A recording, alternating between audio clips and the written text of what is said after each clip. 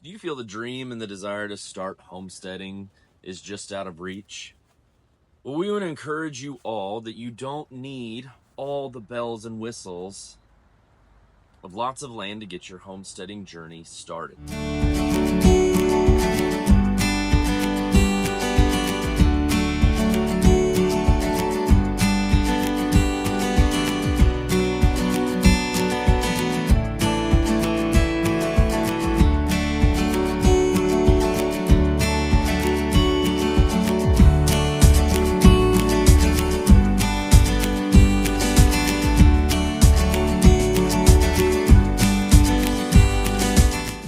Welcome back to Growing with the Rileys. I'm Trevin.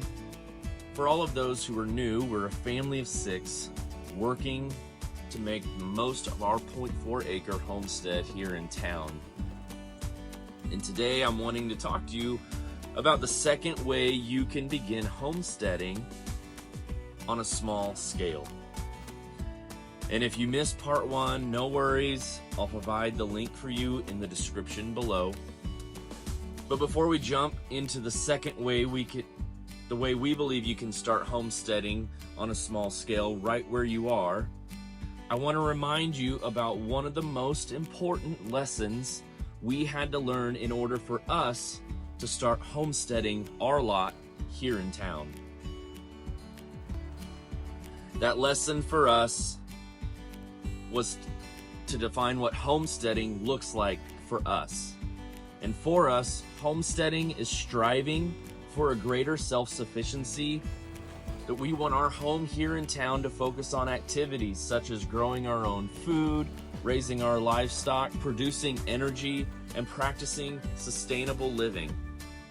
We want to minimize the reliance on external resources and embrace a more hands-on approach to daily needs. So in essence, homesteading for us just involves making this piece of land here a space of our own and actively using it for living, working, and producing resources.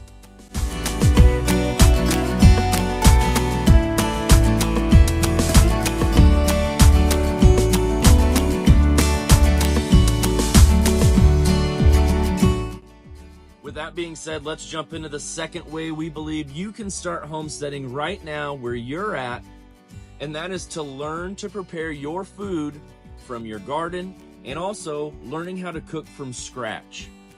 For us, this is probably one of the more daunting tasks that we've had to learn on how to tackle it, and we've had to tackle it in bite-sized pieces. And we're far from being perfect, but our desire to learn has grown every year. And I think we could all agree that it's not easy to change one's diet from processed foods to whole foods. So this is my encouragement for you. It would be to start small.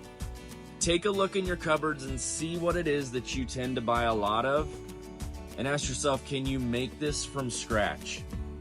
Our first simple win with this line of thinking was actually just taco seasoning. We were tired of all the added sugars from almost anything you buy in a store, so we just decided to make a large batch of taco seasoning. I know it's small, but that's kind of the point I want to make. Start small with things like seasoning mixes. For us, once we got things like this down, we just stopped buying other processed items like spaghetti and sauces and biscuits, stocks and broths and soups and breads. But changes like these don't happen overnight. We started learning to do this years before we had a garden. Adding fresh fruit from your garden, it adds a whole new level to the game. For me, it's easy to grow our food, but preparing it can be another challenge. But it's a challenge worth tackling. And one of the things we shared with you about gardening was growing what you like to eat, and especially growing what you like to eat when you're doing things on a small scale. There's a mindset shift that happens when you grow your own food. When we're used to the grocery store and grocery shopping all the time, it's easy to ask ourselves, what do we want to eat? And then we shop for those ingredients. But as you grow your own food, the question kind of begins to shift. What do we have in the garden that's ready to eat? And then how do we prepare it? And an example I want to give you is something that happened this year when we were getting ready for a potluck at church.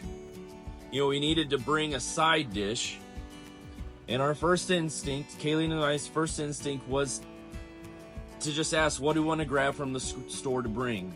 And did I mention, we're definitely not pros at this yet, but you know, we discussed this and we couldn't come up with anything. And then it kind of hit us. Well, what do we have in the garden that we can bring? And from that question, we were actually able to bring 2 side dishes that was probably around 90% provided by what we had just growing out in our garden. And that was such a win for us. You know, I'd love to say at this point, we have been able to preserve all of our food and utilize everything we grow in our backyard, but we're definitely still learning from this phase, in this phase of homesteading, and the lessons we've learned this year have already made us think how we can build off of what we were able to tackle in the past year and be even more successful with our food preparation for the following. But as we wrap up, I just want to encourage you again, it is possible to homestead in your situation, especially on a small scale. You know, what does homesteading look like for you?